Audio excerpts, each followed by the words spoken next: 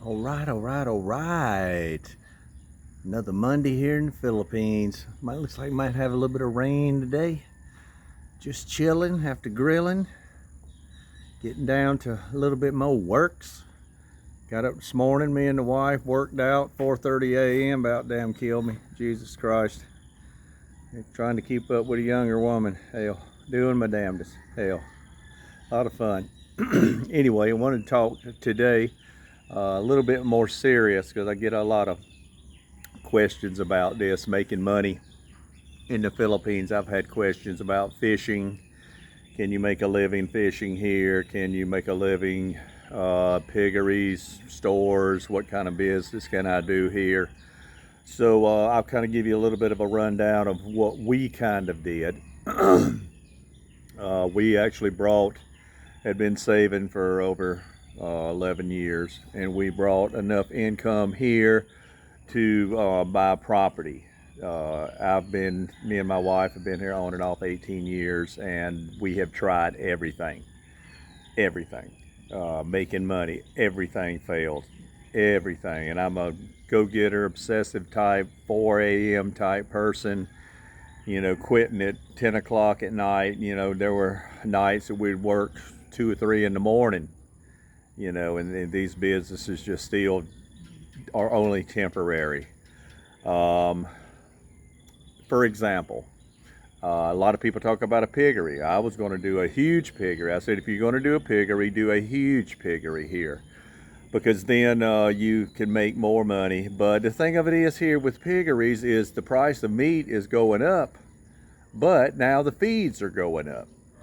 And this is a big risk 50-50 factor here. If you have a lot of pigs, for instance, in Darwin here for almost 3 months, I believe it was, they had a swine flu outbreak with pigs. So every pig got slaughtered in Darwin. They only paid the owners 1,500 pesos per pig, which is $30. So if you have an adult breeding pig that you have a lot of money in, you can be cleaned out. I mean, totally wiped out. So if that's something, you got to have backup cash. I keep telling you, man, you got to have backup cash to regroup. Doing little sorry stores, there ain't no money in that. My pick of the litters are, if you did a pharmacy, because medicines here are expensive and people do have to have them and people will pay for them, do a pharmacy, and that seems to be a good income. These sorry stores are just not good at all. Oh, there's my lovely wife. Hey, honey. Stop, she's shy. Sorry, guys. Anyway. You see why I'm so happy now. Yeah, I'm a happy cat, man. Wow. Okay, anyway, back to business. Real estate is a great business if you're in the right area. Materials are through the roof. For instance, plywood, just regular marine grade plywood, nothing fancy. Steel, it's called marine grade plywood, but if you can see it delaminate. I've seen it delaminate here, so it's not true blue American type wood. It averages around $60 a sheet here for that. We use a product called Wood Tech, 3/4 Wood Tech, which has a plastic coating on it, which is great for forming concrete and all. It is roughly almost $40 a sheet. Faucets over here, and you really got to get into the quality end of it. Faucets that we're looking at are $70, $80, $90. The one thing I've seen is they call it granite, which is like a granite countertop, which we're using in our house. That's not too bad expensive. That's running around anywhere between $120 and $200 for a 8-foot slab by 2 feet, which is 60 millimeters. Here is 2 feet. 8 feet, I'm not quite sure what that is in millimeters, but you know, it's almost just like 2.8 meters is what it comes out to. Another, anyway, getting back to that, real estate right here now in Negros is booming. It's blowing up. I mean, I thought when I got here, I said, man, that's expensive. For you looking at 700 square meters for like $30,000. 700 square meters is about 7,000 square feet. And I thought that was real expensive. Hold on a second here. Got a honey-do list. But everything is out of sight. Drawer runners. The ball bearing, soft closing drawer runners are actually around, they're around, let's see, that's $20 to $30 each. Now, here's another interesting point too. Like, for instance, I've had people say, well, I've got a house in the U.S. You know, should I sell it or should I rent it, you know, with the possibility of, you know, having that income when I go there? Well, here's the thing that I think about. We know what happened during COVID when Joe Biden slammed his evil pen down and made it mandatory that nobody could be evicted for not paying rent. So history has a way of repeating itself. So what are you going to do if that happens again? And you're here in the Philippines and you can't collect rent and you can't make them move out and put somebody in there. So that's why, to me, that's very dangerous. You can do online work here. A lot of foreigners here do stockbroking and trading and stuff. But you know what? I had a friend the other day who was doing a trade with Tesla, and we had like a 12-hour brownout, which is a blackout in the U.S., no power, where the internet went down. Where he thought that his trade didn't go through, so he went back and ran the trade again, and found out that the other trade did go through. So he wound up losing almost $250,000. So you know, like I say, to me, man, that's you know, and you guys can try and talk and convince me and everything else, but see, I'm a realist. I like to put my hands on my money. I like to put my hands on building something, you know, that even if we don't have any power, we don't have any internet, we've got some kind of an income, you know, that we can rely on. Because like I say, I do have a family. If it was just me, I actually watched a video this morning from another guy, you know, who was kind of along the same lines of everything about what we're talking about. He's wanting to come over here 3 years early, you know, but then you gotta think of, man, what if there's a medical emergency? You know, so unless you have I think a specific insurance that covers you all over the world, you know, you can get Feel Health here, which is a little bit of a supplemental type insurance or whatever. But if you have a major health issue, and there's been several foreigners here in Dum and Getty who's got hit, I mean, you can wipe out everything you got before those 3 years are up. So do you have a place to go back to? For me and my wife, we decided that we have a 30-foot RV that we left in Colorado. So, you know, worst case scenario, my truck is still there. I've got somebody who drives it and keeps it up. You know, my RV's there. I still have some of my tools there. My guns are there, everything else. So, you know, in case, you know, say for instance, if a typhoon comes through and completely wipes out every single thing we have, or the kids get sick and have to go back for special medical care or something, we have a plan B always. Always have a plan B, especially in the Philippines, because most businesses, for some reason, I don't know, it's cursed, but they fail. They fail. And then you also have to think of the factor here in the Philippines that if you, as an American, start a business here and it interferes with any other Filipino business, you know, say for instance, if you open a laundromat, say if there was a laundromat down the street or whatever, if they start losing money, they can go file a case against you and make you shut your business down. This is Filipino law. So you know, there's surprises here that you don't realize that are underlying. You know, it's crazy. So there are red tape ways to get around that kind of horse shit. Put it in a Filipino's name. Put it in your kid's name. You know, if they're half Filipino, problem solved. You know, problem solved. So these are other ways that you can do things here for a business.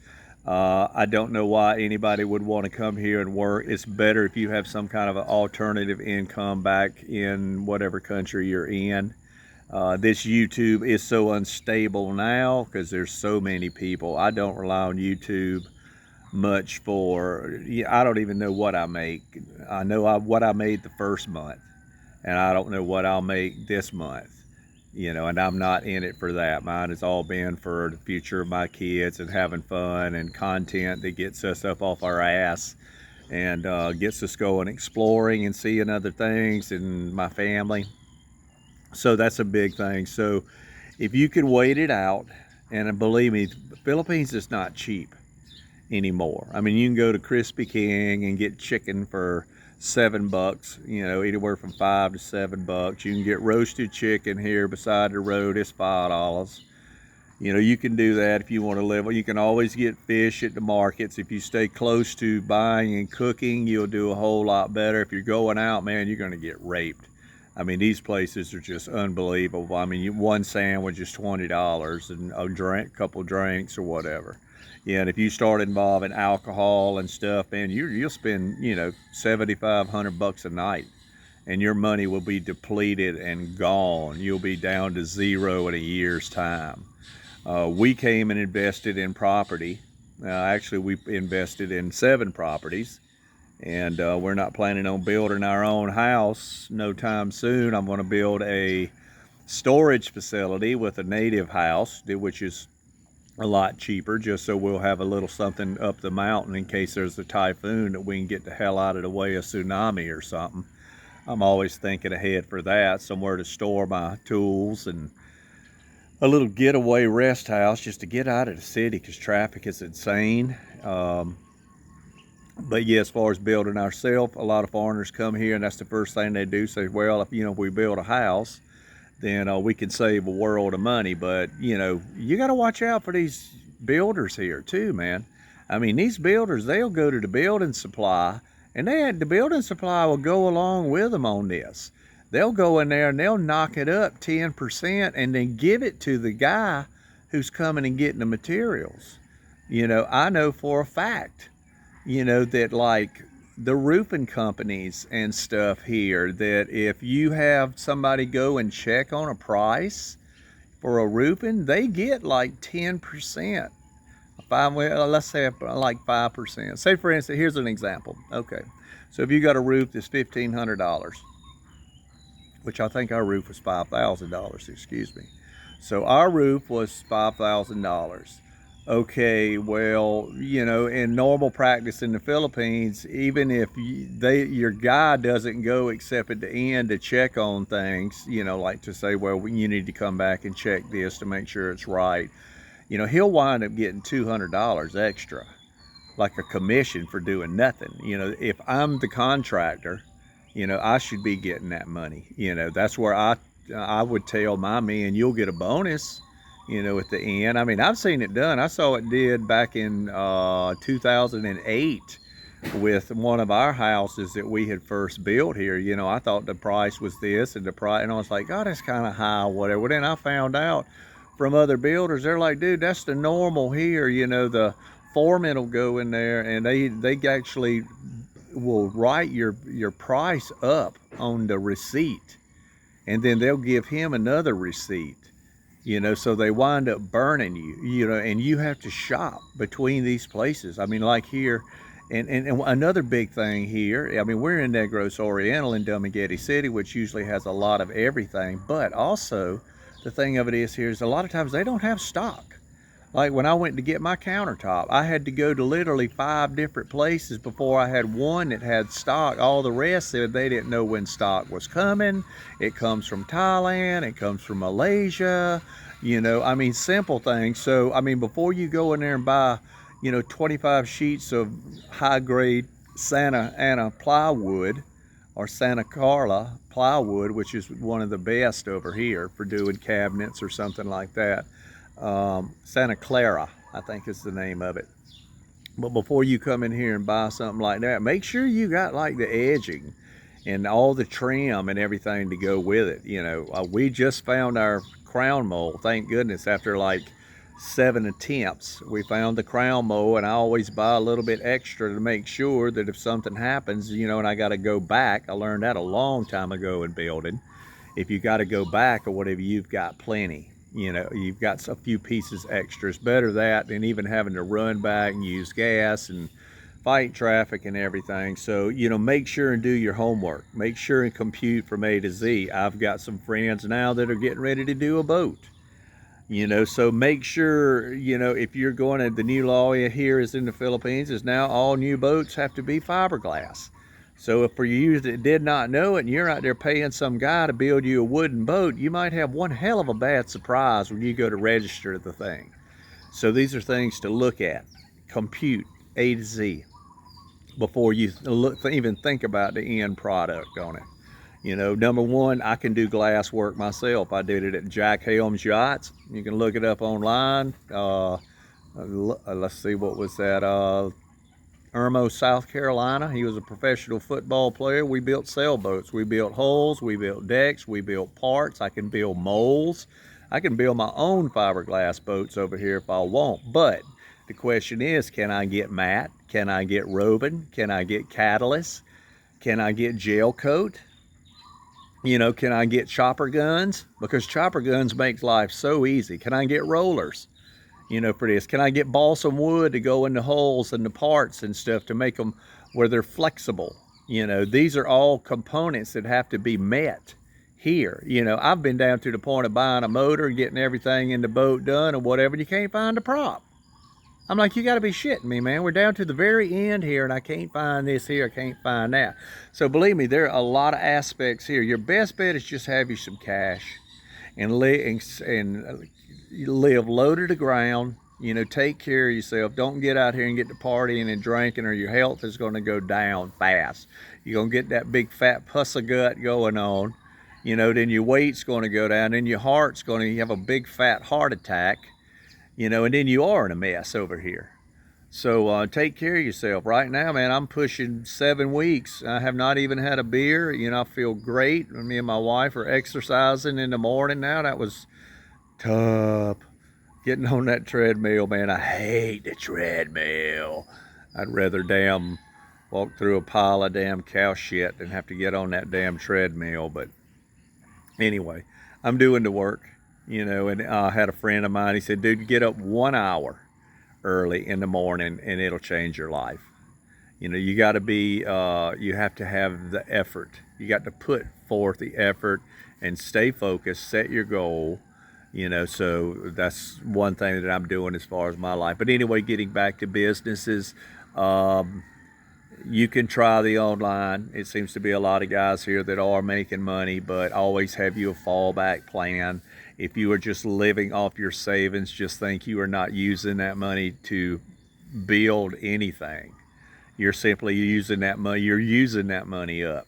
Is what you're doing. And believe me, at a minimum, you better believe it'll go twice as fast as you think it will, because it did for us. We've been here a year, back a year now. We were here, like I say, we started 18 years ago. And it's been like a on and off trips and stuff like that. We lived here for 7, 8 years before straight, and we tried everything from karaoke machines to, good God, doing live bands. You know, I was going to have a whole show, you know, I could make this money on. Well, I wound up after hauling the shit there and getting everything set up and all that, I'd make like $100, which was chicken feed by the time you know, and you're working your ass off. I mean, you don't want to come here and be married to some business. You came here to retire and enjoy, you know, and there's thousands of places to rent, you know, literally, you know, thousands of places to rent. If it's too expensive in one place, go somewhere else, man. You don't have to live under her family. You know, learn Visayan, learn a little bit of the language and shit. You know, you'll be fine. There is I mention it on my channel quite often. Her name is Jonah. Jonah, Jonah Learning Bisaya, and she's really good. It's on YouTube, so check it out, man. Learn some Bisaya and you'll get through this a lot better. And rock on. Hey, kid, rock and roll, rock on, oh my soul. But it is a beautiful place, but it is a science to it. So, get to know your science here. Get to know your limitations, get to know your budget, and get to know that things are more expensive. And they are coming up. They are going up, way up. A lot of different things, a lot of hassles here you got to deal with. Getting your license. I lost my license last week. I got to go to an attorney and do an affidavit of loss. Then I got to take that paper to the police station and they do a police report that I lost my license. And then you take that to the municipality and then you have to pay a 60 peso fee for what the hell else? I don't know. For the affidavit of loss. Well, I thought I paid that at the beginning. So then you got to go back to the police station. Then they give you like 3 or 4 more sets of papers. Then you can go to the driver's license department and get your license. So, man, it's crazy. Warm up, gear up, get used to that. You will not change it. You will not change it. We're so thankful now that we are a complete unit once again. My wife is back. I'm so happy. We're happy. Our kids are, my son is working. He's a digital creator now.